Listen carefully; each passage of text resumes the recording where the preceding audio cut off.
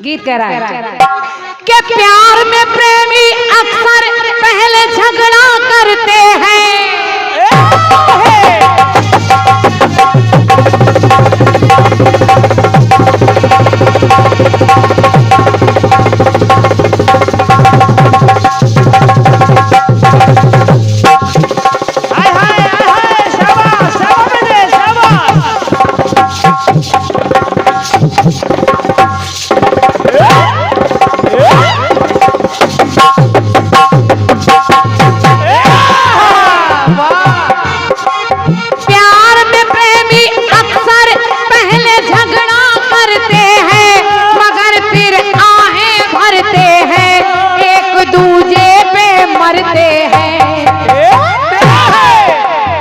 तो तेरी मोहब्बत मेरी कहानी और 4 दिनों की है ये जिंदगानी। तो आ मेरी रानी ले जा छल्ला निशान, आ मेरी रानी ले जा छल्ला निशान, आ मेरी रानी ले जा छल्ला निशान।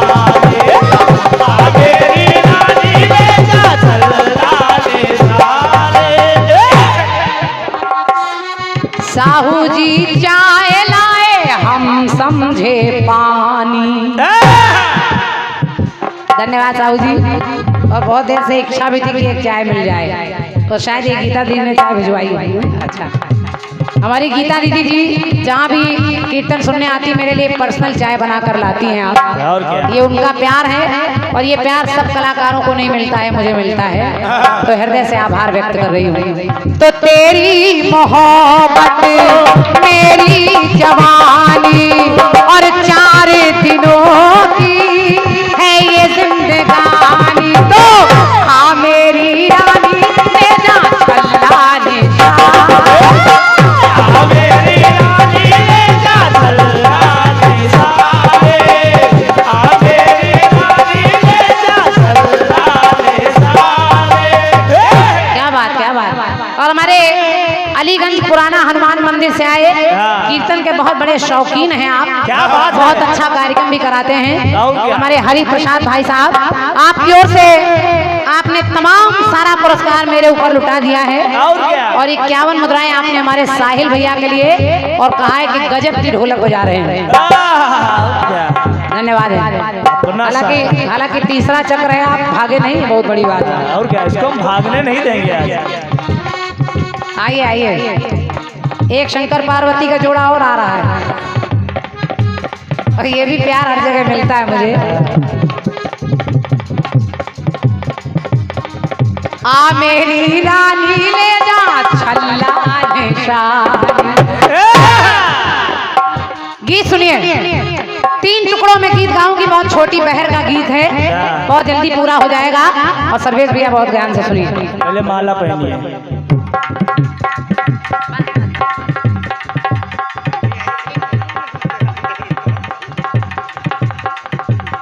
एक बार इन दोनों लोगों के लिए तालियां बजा दीजिए, अच्छा लगेगा। ये हमारे राम स्वरूप भाई साहब हैं जो कोडरी लखनऊ के निवासी हैं और इनकी विशेषता है कि पति पत्नी दोनों जोड़े से कीर्तन सुनने जाते हैं। और क्या, आप लोग तो बहुत लोग अकेले चले आते हैं, भाभी बुलाते नहीं। देखो हमारे दिनेश भैया मुस्कुरा रहे हैं।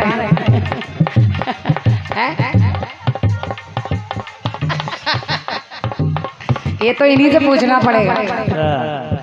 हमारे बिट्टू भैया कह रहे हैं गुरु मंत्र कौन सा है तो बता दीजिए। अच्छा, ये कह रहे हैं कि घर वाले हल्ला ना करे है हमारे ले जाई जाई।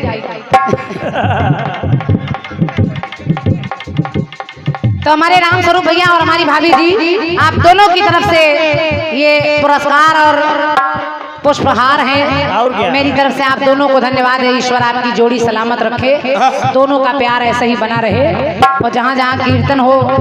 अच्छा, केवल कीर्तने सुनने जाते हो कि नौटंकी भी साथ में देखे जाते हैं? नौटंकी भी कुर्रा गिराता। बहुत बहुत धन्यवाद है मेरी ओर से आप दोनों को।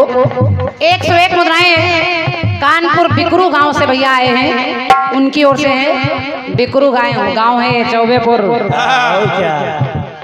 विकास दुबे। विकास दुबे। तो मेरी ओर से धन्यवाद है आपको भी।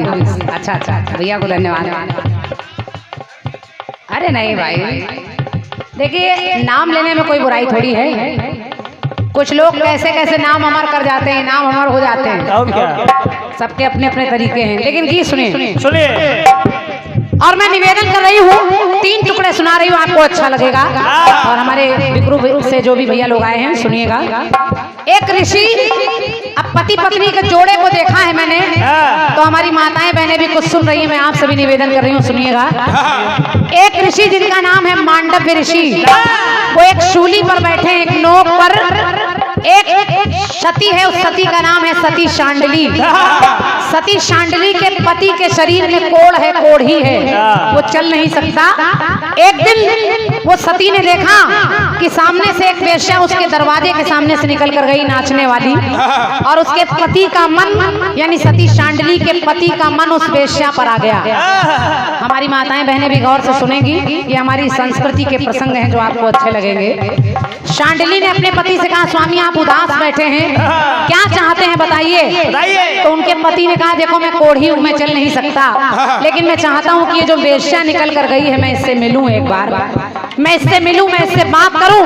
तो सती शांडली को ईर्ष्या नहीं हुई, वो जली नहीं। उसने कहा, स्वामी अगर आप उस नारी से मिलना चाहते हैं तो मैं आपसे वादा करती हूँ, मैं आपको अपने कंधे पर बिठाकर उससे मिलाने ले जाऊंगी।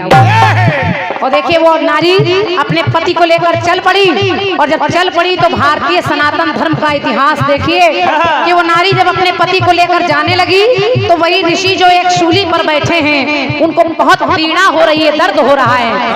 अचानक उसके पति का पैर ऋषि के शरीर में लगा और ऋषि के मुंह से श्राप निकल गया कि जाओ जाओ, जिसने मुझे कष्ट पहुंचाया है, सूर्य के निकलते ही वो मर जाएगा, सूर्य के निकलते मर जाएगा।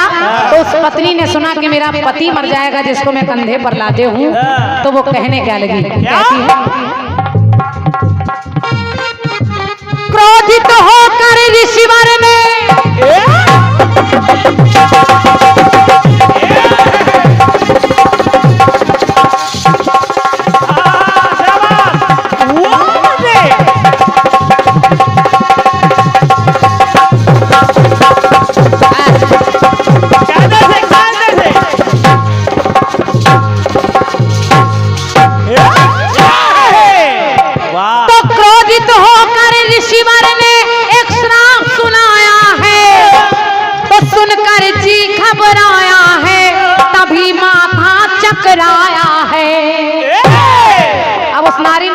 सूर्य के निकलते मेरा पति मर जाएगा।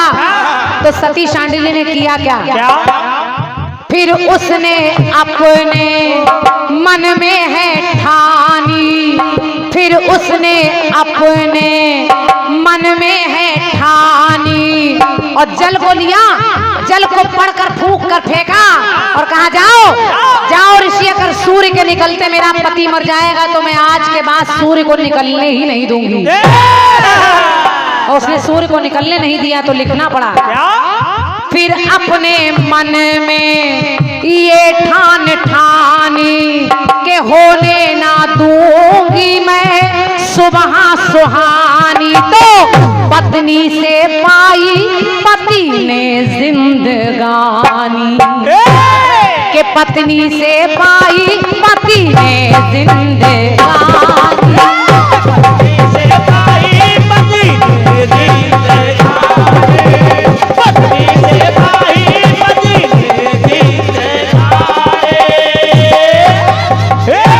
आदरणीय शर्मा जी बहुत गौर से सुनिएगा, मैंने 3 नारियां ढूंढी हैं जिन्होंने अपने पति को जीवन दिया है।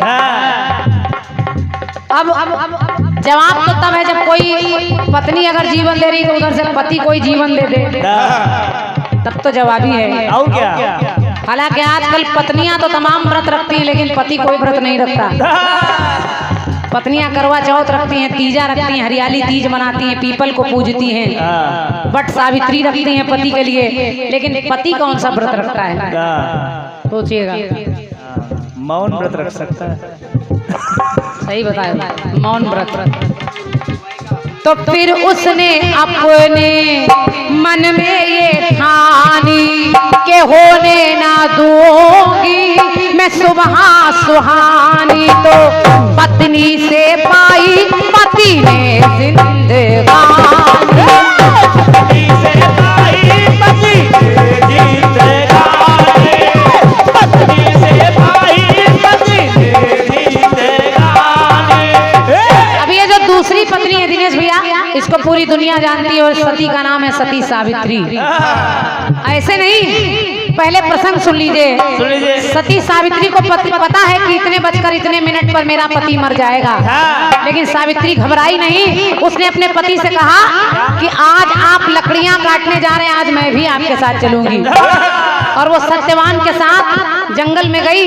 पत्नी ने देखा कि पति लकड़ी का गट्ठर बनाकर लाया और जैसे ही पेड़ के नीचे रखा, पत्नी के शरीर पर यानी गोद में सर रखा और देखते ही देखते सत्यवान के प्राण निकल गए। और जब प्राण निकल गए तो यमराज सावित्री के पति सत्यवान के प्राण लेकर जाने लगे। सावित्री पीछे पीछे चलने लगी। यमराज ने कहा, बेटी लौट जा, तेरा यहाँ कोई काम नहीं है, तेरे पति का समय पूरा हो गया है। मिंटू भैया सुनिएगा। तो जब उसने सुना कि यमराज कह रहे लौट जा, सावित्री ने कहा, महाराज आप अपना काम करिए, मैं अपना काम करती हूँ। यमराज ने कहा, इतनी दूर आ गई, चल कोई एक वरदान मांग ले, पति नहीं दूंगा। सावित्री ने कहा, मेरा पति नहीं दे रहे तो मेरे पति का खोया हुआ राजपाट दे दीजिए। यमराज ने कहा, जा दे दिया। फिर सावित्री चलने लगी तो यमराज ने कहा, इतनी दूर आ गई, पति को छोड़कर दूसरा वरदान मांग ले। सावित्री ने कहा, महाराज मेरे सास ससुर अंधे हैं, उनकी आंखें आ जाएं। यमराज ने कहा, जा वो भी हो जाए। फिर भी सावित्री नहीं मानी और पीछे पीछे चलने लगी। तो यमराज ने कहा, बेटी चल कोई आखिरी वरदान मांग ले, पति नहीं दूंगा, आखिरी वरदान मांग। तो सावित्री ने मुस्कुराते हुए कहा, महाराज मुझे 100 पुत्र होने का वरदान दे दीजिए। यमराज ने कहा, जा जा तेरे 100 पुत्र हो जाएं। लेकिन सावित्री हंसने लगी, कहने लगी, महाराज जिनसे मेरे 100 पुत्र होने उनको तो आप ही लिए जा रहे हैं। यमराज फंस गए। तो आखिर 100 पुत्र होंगे कैसे?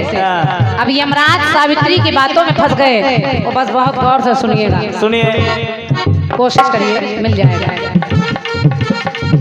तो अपने सत का बल सती ने दिखाया था,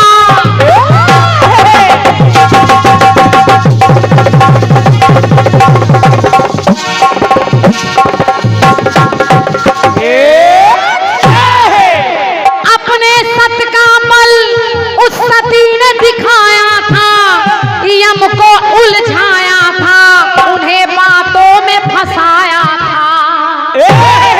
लेकिन सतबल से यम ने तब हार मानी, सतबल से यम ने तब हार मानी और सांसों में लौटी फिर से रवानी। तो पत्नी से पाई पति ने जिंदगानी।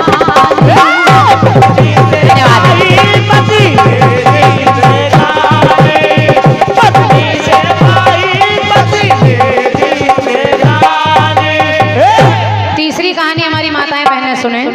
और यहाँ सब पत्नियां हैं जो पति को जीवन दे रही हैं। अभी बोलते हैं भैया। एक लोक कथा मिली मनु भैया। उस लोक कथा में एक पति पत्नी का जोड़ा है, वो भगवान भोलेनाथ और पार्वती जी के भक्त हैं। उन्होंने दोनों को मनाया, भोलेनाथ प्रकट हो गए, कहने लगे मांगो। उन्होंने कहा मेरे कोई संतान नहीं, अगर हो सके तो एक पुत्र दे दीजिए। भोलेनाथ ने कहा मेरे पास 2 पुत्र हैं, एक पुत्र मूर्ख है जिसका जीवन बहुत ज्यादा है, एक पुत्र बुद्धिमान है लेकिन उसका जीवन थोड़ा है, वो जल्दी मर जाएगा, 16 वर्ष की आयु में मर जाएगा। उन लोगों ने सोचा मूर्ख रखने से अच्छा है बुद्धिमान पुत्र हो जाए, बाकी देखा जाएगा। उन्होंने कहा भोलेनाथ हम चाहते हैं आप मुझे बुद्धिमान पुत्र दे दीजिए। अब वो बच्चा 5 वर्ष का हो गया, माँ बाप की चिंता बढ़ने लगी। ध्यान से सुनिएगा, सुनिए। बच्चा बड़ा हो गया, माँ बाप की चिंता बढ़ने लगी। उनके माँ बाप ने सोचा कि इसको गुरुकुल में शिक्षा दिला दी जाए। अब बच्चा 16 साल का हो गया शिक्षा पाकर, तो माँ बाप ने उसका भाग्य एक लड़की के भाग्य से बांध दिया, यानी उसकी शादी करा दी। अब सुहाग रात की पहली रात है, पति पत्नी दोनों बैठे हैं। अचानक यमराज को पता चला कि आज इसके मरने का दिन है। यमराज सांप का रूप बनाकर आए और आकर उस बच्चे को डस लेते हैं। जैसे ही डसा, वो पत्नी घबराई नहीं, पहली रात है, उसने यमराज जो सांप बने हैं उनको उठाया और एक कमंडल में ठूस के भर दिया। कहा जाओ, अगर मेरा पति मर जाएगा तो तुम भी नहीं जा पाओगे, हम तुमको भी नहीं जाने देंगे। अब यमराज बिलखने लगे, परेशान हो गए कि मैं निकलूं कैसे। देवता भी परेशान हो गए कि अगर यमराज नहीं निकलेंगे तो मरने वालों को ले कौन जाएगा, वो भी काम जरूरी है। तो देवताओं ने आकर उस देवी को मनाया। लेकिन जरा देखिए पंक्ति कह रही है, सुनिए। उमा महेश ने आकर उसको दरस दिखाया है।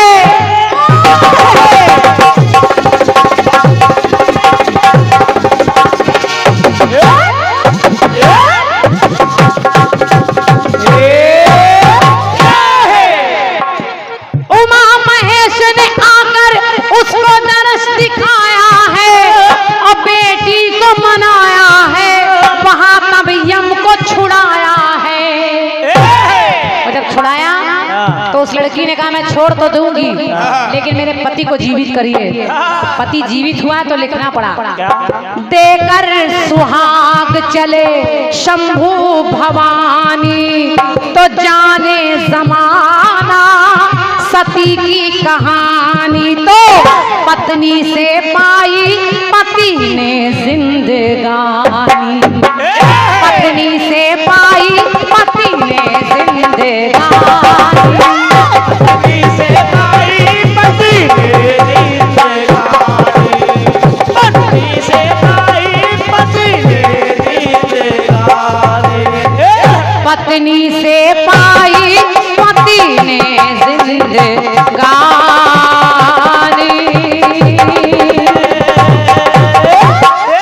बोलिए सच्चे दरबार की।